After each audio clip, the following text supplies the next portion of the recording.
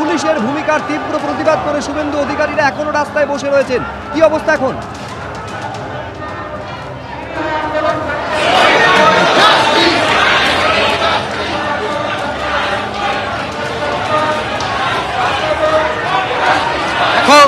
আমরা দীর্ঘক্ষণ ধরেই দেখছি শুভেন্দু অধিকারী তিনি কিন্তু এখানে বসে রয়েছেন এবং শুভেন্দু অধিকারী এখানে বসে রয়েছেন এবং বিজেপির যারা বিধায়ক আছেন তারাও কিন্তু এখানে অপেক্ষা করছেন শুভেন্দু অধিকারী পরবর্তী কি নির্দেশ দেন তার জন্য অপেক্ষা করছেন। যদিও শুভেন্দু অধিকারী কিন্তু আমাদের স্পষ্ট করে জানিয়েছেন যে তিনি কোনো নির্দেশ দেবেন না যতক্ষণ পর্যন্ত না নির্যাতিতার বাবা এবং মা তারা কিছু বলছেন ততক্ষণ পর্যন্ত কোনো নির্দেশ এখানে দেওয়া হবে না। ফলে এই অবস্থায় আমরা দেখতে পাচ্ছি যে এখানে কিন্তু বসে রয়েছেন শুভেন্দু অধিকারী এবং বিজেপির বিধায়করা। আমরা যাওয়ার চেষ্টা করছি এবং যারা আক্রান্ত হচ্ছেন তারাও কিন্তু এখানে আসছেন শুভেন্দু অধিকারীর সঙ্গে দেখা করতে। আমরা দেখলাম অর্জুন সিং তিনিও কিন্তু এখানে এসে বসে রয়েছেন। দেখো শুভেন্দু অধিকারীর অভিযোগ যে এখানে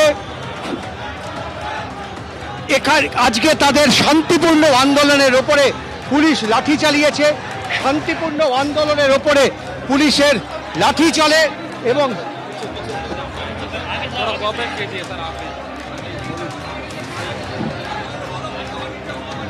এবং এই মুহূর্তে দাঁড়িয়ে তুমি যে ছবি দেখতে পাচ্ছ এখানে বিজেপির কর্মী সমর্থকেরা রয়েছেন, তারা আসছেন শুভেন্দু অধিকারীর কাছে জানতে নালিশ করতে। আমরা দেখতে পাচ্ছি যে এখানে বসে রয়েছে এবং কোনো অবস্থাতেই তাদের ঘোষণা তারা এখানে বসে থাকবেন যতক্ষণ পর্যন্ত না নির্যাতিতার বাবা এবং মা তারা ঘোষণা করছেন এই আন্দোলন তুলে নেওয়ার কথা তারা ঘোষণা করছেন ততক্ষণ পর্যন্ত এই রাস্তাতে বসে থাকবেন এমনটাই কিন্তু তাদের ঘোষণা।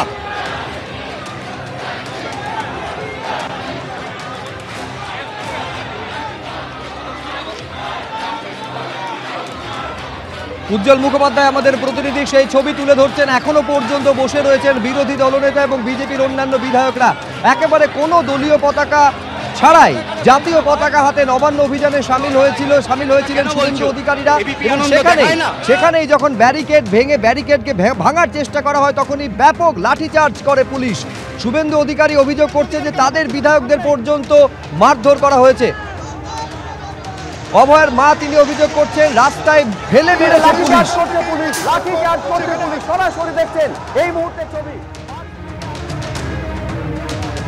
পুলিশের ব্যাপক লাঠিচার্জ পুলিশের। শান্তিপূর্ণ যে আন্দোলন ঘটনা ঘটার কথা বা এই যে নবান্ন অভিযান, আমাদের আরেক প্রতিনিধি আবির দত্তর সঙ্গে কথা বলবো। আবির, 12টা থেকে শুরু হয়েছে এই নবান্ন চলো অভিযান, কিন্তু তারপরে সময় যত গড়িয়েছে প্রতি মুহূর্তে উত্তেজনা বেড়েছে। পার্ক স্ট্রিট তো রণক্ষেত্রের চেহারা নিয়েছিল, এখন কি অবস্থা? এইখানটা দেখো সরাসরি আমরা দেখেছি যে পার্ক স্ট্রিটে কিভাবে লাঠি চালানো হয়েছে, পুলিশের তরফ থেকে লাঠি চার্জ করা হয়েছে, দফায় দফায় এই ব্যারিকেড ভাঙার চেষ্টা। এবং এখনো পর্যন্ত আমরা দেখছি যে এখানে পুলিশের এই যে ব্যারিকেড, সেই ব্যারিকেড রয়েছে। এখানে যারা আন্দোলন করতেছেন নবান্ন অভিযানের জন্য যারা এসছেন তাদের সঙ্গে দফায় দফায় উত্তেজনা, তাদেরকে বেদরব লাঠিচার্জ করে পুলিশ, সেই ছবিটা ধরা পড়ে।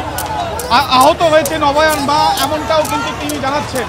এবং এই অবস্থায় অবস্থান করছেন বিরোধী দলনেতা, কিন্তু এখনো পর্যন্ত যারা নবান্ন অভিযানের জন্য এসছেন তারা নাচরবান্ধা, তারা একইভাবে এখানে এই যে ব্যারিকেডের ওপরে তারা উঠে রয়েছেন।